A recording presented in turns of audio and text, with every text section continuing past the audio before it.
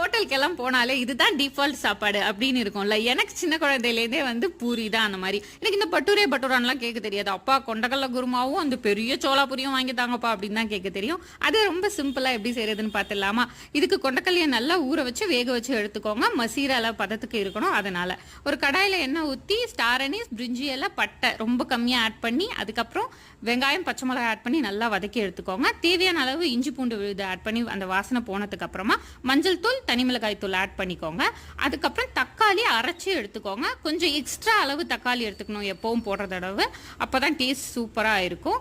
அதுக்கப்புறம் இந்த தக்காளி எல்லாம் நல்லா வதங்கினதுக்கு எண்ணெய் விட ஆரம்பிச்சோடனே கொஞ்சம் கொஞ்சமா நம்ம கொண்டக்கடலை வேக வச்சோம்ல அந்த தண்ணியை ஆட் பண்ணி கொதிக்க விடணும்.